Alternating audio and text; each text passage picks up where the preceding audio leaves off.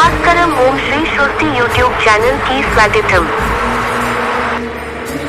మన పూర్వకాలం నుండి బొట్టు ఎలా ప్రారంభమైందో చెప్పే అందమైన పురాణ కథ. ప్రాచీన బొట్టు ప్రారంభమైన కథ. పూర్వం పాత యుగాల్లో దేవతలు మరియు ఋషులు భూమిపై సంచరిస్తున్న కాలం. ఆ సమయంలో భూమి మీద చెడు శక్తులు పెరిగి మనుషుల మనసులు అస్థిరంగా మారాయి. వారు దేవుని భక్తిని మరచిపోయి కోపం, అహంకారం, అసూయతో నిండిపోయారు. అప్పుడు పార్వతీదేవి భగవంతుడు శివుడిని అడిగింది, ప్రభు, మనుషుల మనసులో భక్తి, ప్రశాంతత ఎలా నింపాలి? వారు తమలోని ఆత్మను గుర్తించేందుకు ఏదైనా మార్గం చూపించాలి.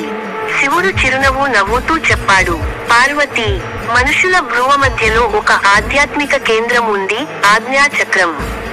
ఆ స్థానంలో బిందువుగా ఏదైనా గుర్తు పెట్టుకుంటే వారి ఆలోచనలు కేంద్రీకృతమవుతాయి. అదే స్థలంలో మనం శక్తి బీజం నిద్రిస్తూనే ఉంటుంది.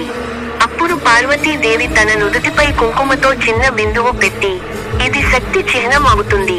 ఆ తర్వాత ప్రతి స్త్రీ ఈ బొట్టు పెట్టడం ద్వారా తనలోని శక్తిని మేల్కొలుపుతుంది అని ఆశీర్వదించింది. ఆ రోజు నుంచి బొట్టు, బిందు, తిలకం స్త్రీలలో ఆధ్యాత్మికత, శుభం, భక్తి యొక్క చిహ్నంగా మారింది. బొట్టు యొక్క అర్థం. శక్తి చిహ్నం. బొట్టు అంటే దేవీ శక్తి ప్రతీక. ఆజ్ఞా చక్రం. కంటి మధ్యలోని ఆ బిందువు మన జ్ఞానం, ధ్యానం స్థానం. శుభం మరియు రక్షణ. బొట్టు చెడు దృష్టి, దుష్ట శక్తులను దూరం చేస్తుంది. భారత స్త్రీ యొక్క గౌరవ చిహ్నం. ఎరుపు బొట్టు సౌభాగ్యానికి గుర్తు. సందేశం. ప్రాచీన కాలం నుంచే బొట్టు కేవలం అందం కోసం కాదు, అది ఆధ్యాత్మికత, శక్తి, సౌభాగ్యం యొక్క శాశ్వత చిహ్నం.